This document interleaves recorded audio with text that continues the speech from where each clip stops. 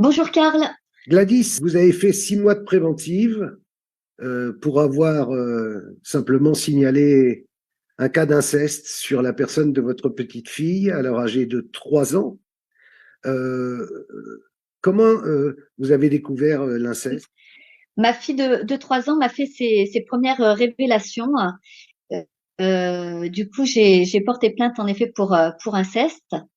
Sauf que ma plainte a été classée sans suite, car la justice n'a pas cru ma fille, mais surtout, elle n'a pas respecté ses droits fondamentaux, ni les exigences onusiennes, puisqu'elle a obligé ma fille à retourner voir le père biologique alors qu'elle le refusait en donnant des explications.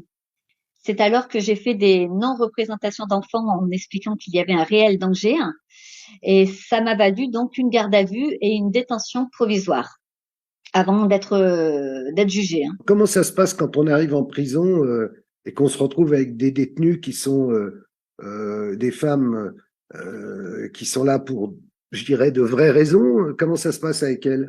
J'ai eu l'impression d'être un chaton au milieu de la jungle, sincèrement, parce que je viens d'un milieu d'une bonne éducation. Je connais pas, je connais pas les violences des quartiers, donc je me suis retrouvée vraiment apeurée dans un quartier femme.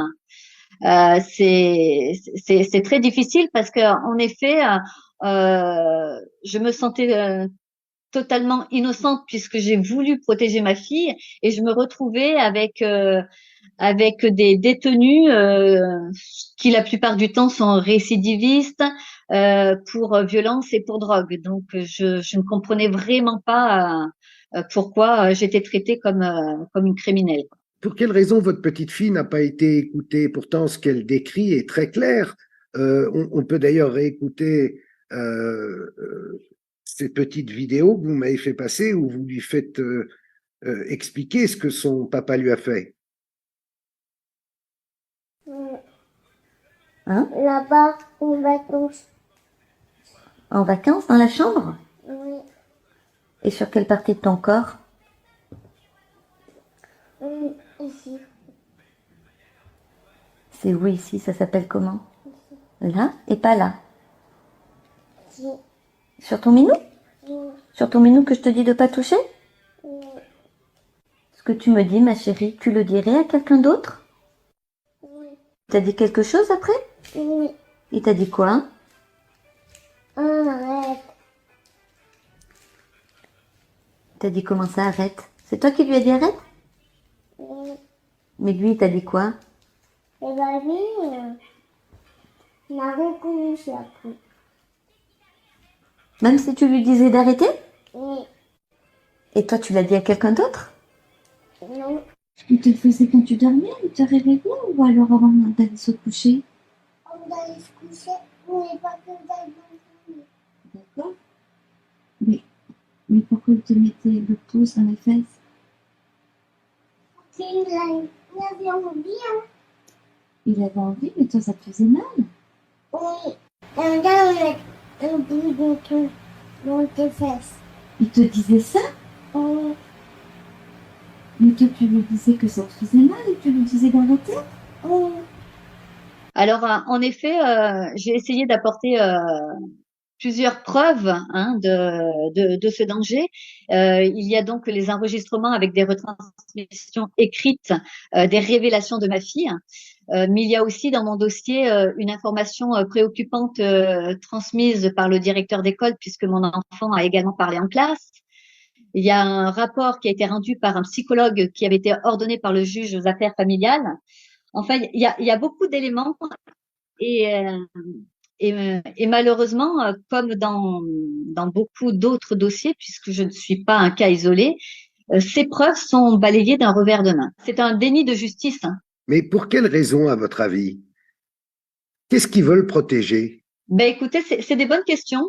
C'est des bonnes questions parce que moi, ça fait 4 ans et demi que je me bats pour protéger ma fille et en fait, je suis révoltée parce que je me rends compte qu'il y a vraiment un système pédocriminel en France qui a un laxisme judiciaire et une impunité dans la pédocriminalité. Ça veut dire qu'ils se tiennent par la barbichette, ils se tiennent entre eux, ils sont amis entre eux.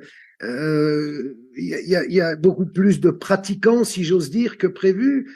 C'est quoi le souci? Qu'est-ce que vous ressentez? Je sens qu'il y a vraiment une volonté de nuire aux liens familiaux, à la bienveillance des parents protecteurs avec les enfants, puisque il y a un protocole qui est vraiment mis en place dès lors qu'on révèle des vérités, quoi. Il y a vraiment une pédocriminalité institutionnelle. C'est-à-dire, vous êtes face à une machine qui est là pour vous briser, pour vous retirer votre enfant. Vous avez le sentiment de ne pas être défendu du tout. Exactement. En fait, il y a un réel danger aujourd'hui pour les mamans protectrices qui portent plainte pour inceste, parce que quand je dis danger, on nous désenfante, on nous condamne, mais il y en a certaines qui sont incarcérées ou internées. Voilà.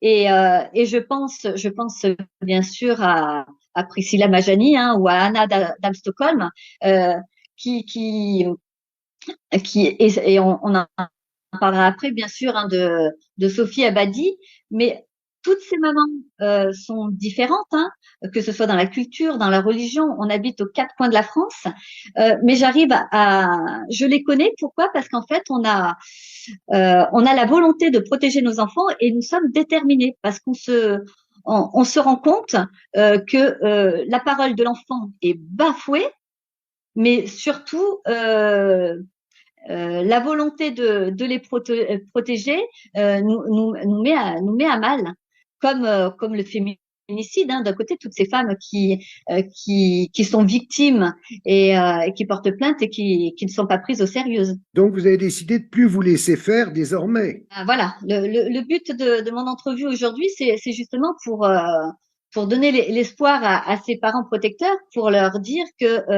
la peur doit changer de camp, parce que même si nous sommes censurés, euh, on est quand même plusieurs à médiatiser, à en parler aujourd'hui. Alors c'est vrai que nous sommes persécutés, hein, sincèrement, il y a vraiment une discrimination au niveau de ces femmes-là, je dirais, mais il faut garder espoir parce que c'est en dénonçant hein, qu'on pourra protéger nos enfants, parce que du moment qu'on porte plainte pour inceste, euh, les enfants sont placés, alors sont placés ou en foyer ou en famille d'accueil ou sont rendus au père qui est accusé d'inceste. Hein. C'est pour ça que je parlais de désenfantement. Mais en fait, la pédocriminalité est fortement liée au placement abusif. Hein, d'ailleurs, je fais un clin d'œil à Negway du hashtag MeTooAseux, parce que nous sommes tous des MeTooAseux, quoi. Il y a vraiment un problème. D'ailleurs, il y a eu pas mal de personnes spécialisées en tant que dans ce domaine qui en parlent bien mieux que moi. Mais il y a vraiment un gros trafic d'argent dans ce système. Voilà pourquoi on perd nos droits, on perd l'autorité parentale. Vous savez bien ce qu'ils disent en face. Ils disent que ce sont des mères qui inventent, que c'est le syndrome d'aliénation parentale, que c'est pour se débarrasser du mari à moindre frais. Vous répondez quoi à ça? Alors c'est ce que j'essaie d'expliquer. On est toutes cataloguées pareil. Donc il y a quand même je ne pense pas que ce soit viral, mais il y a quand même un grand problème. S'ils disent vrai, ça veut dire que nous sommes toutes folles, mensongères, procédurières, complotistes, euh, euh, perverses, parce que moi ça fait bientôt 5 ans que je me bats comme